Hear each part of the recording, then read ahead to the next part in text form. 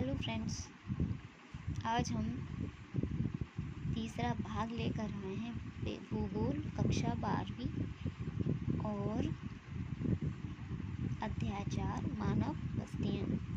इसका आगे का प्रश्न हम देखेंगे। आपने पिछले वीडियो में धार्मिक नगर आपने पूरा कर लिया था। इसके बाद प्रश्न है, हमारे देश में सर्वत्र मकान यानी सभी मकान का प्रकार एक जैसा नहीं है। ठीक है, इसकी भिन्नता के 4 कारण लिखे, यानी वह कौन से कारक हैं जिसके कारण हमारे देश में सभी मकान एक जैसे नहीं हैं। आइए देखते हैं। हमारे देश में सर्वत्र मकान का प्रकार एक जैसा नहीं है। इस भिन्नता के प्रमुख कारण निम्नलिखित हैं। तो निम्नलिखित में देखा जाए क्यों, तो चलिए हम देखते हैं कि क्यों ऐसा है कि हमारे देश में सभी मकान एक जैसे नहीं हैं। सबसे पहला आता है धरातल।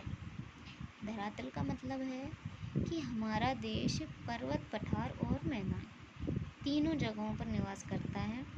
ठीक है, चलिए पढ़ते हैं पहले। हमारे देश में धरातलीय विविधता पाई जाती है। धरातलीय विविधता मतलब कहीं पर स्थान ऊंचा है, कहीं पर नीचा है, कहीं पर बीच का है, मतलब पठार है।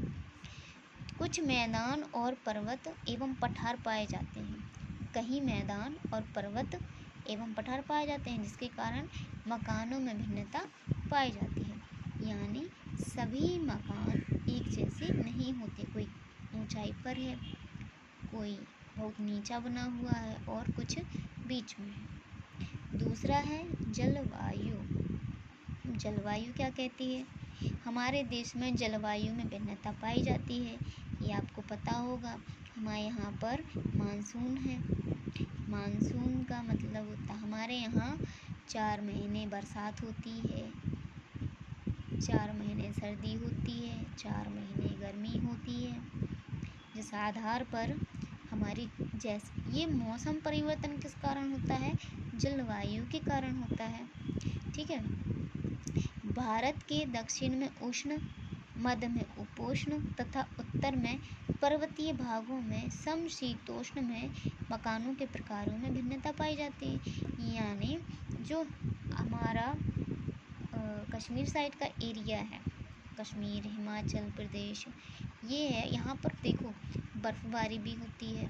ठीक है, तो बर्फ़बारी जब होती है, ज़्यादा भी होती है, कम भी होती है, तो वहाँ पर मकानों अलग प्रकार के बनाए जाते हैं, जिससे कि अगर बर्फ़बारी कभी हो तो मकान की छत अलग बनाई जाती है। वो इस प्रकार की बनाई जाती है कि बर्फ़ जैसे ही उस पर गिरे तो फिसलकर नीचे गिर जाए। अगर जैसे समतल छत बनाएंगे तो बर्फ़ क्या होगा, छत पर ही जमी रहेगी, जिससे आपको अंदर रहने में या तो सीलन पकड़ जाएगा या फिर बूंदों के रूप में फिर वो टपकेगा नीचे।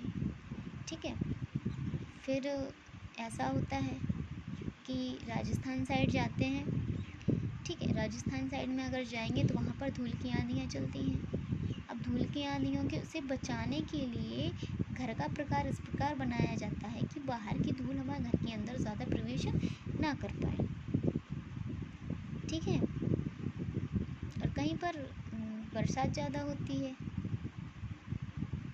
ठीक है, असम में आप जाएंगे तो असम में बांस के जो होते हैं, बांस के ऊपर घर बनाए जाते हैं, नीचे के तल से थोड़ा ऊपर बनाए जाते हैं, ताकि अगर बारिश हो तो उसमें क्या होता है, घर में पानी ज़्यादा ना बहे। ठीक है, फिर आता है वनस्पति। वनस्पति, हाँ, हमारे देश में वनस्पति की भिन्नता के कारण भी मकानों के प्रकारों में अंतर पाया जाता है। हाँ, देखिए, कहीं वनस्पति अलग पाई जाती है, यानी कहीं पर घर बनाने के लिए लकड़ी मिल जाती है। ठीक है, आपने देखा होगा कि लकड़ी में भी अंतर हो जाता है थोड़ा। कुछ वृक्ष ऐसे होते हैं जो मतलब मध्य प्रदेश में नहीं पाए जाते हैं, वो कश्मीर साइड पाए जाते हैं या असम साइड पाए जाते हैं। तो जहाँ पर बनाने के लिए जो साधन उपलब्ध होता है, ठीक है, तो उसी आधार पर आपको मकान देखने को मिल जाते हैं। ठीक है, संस्कृति। संस्कृति क्या कहती है? संस्कृति में भिन्नता के कारण भी भिन्न भिन्न प्रदेशों में मकानों की बनावट में अंतर पाया जाता है। आपने देखा होगा कि जहाँ पर जैसी संस्कृति होती है वैसा पहनावा भी होता है मनुष्यों का, तो उसी हिसाब से घर की बनावट में भी अंतर पाया जाता है।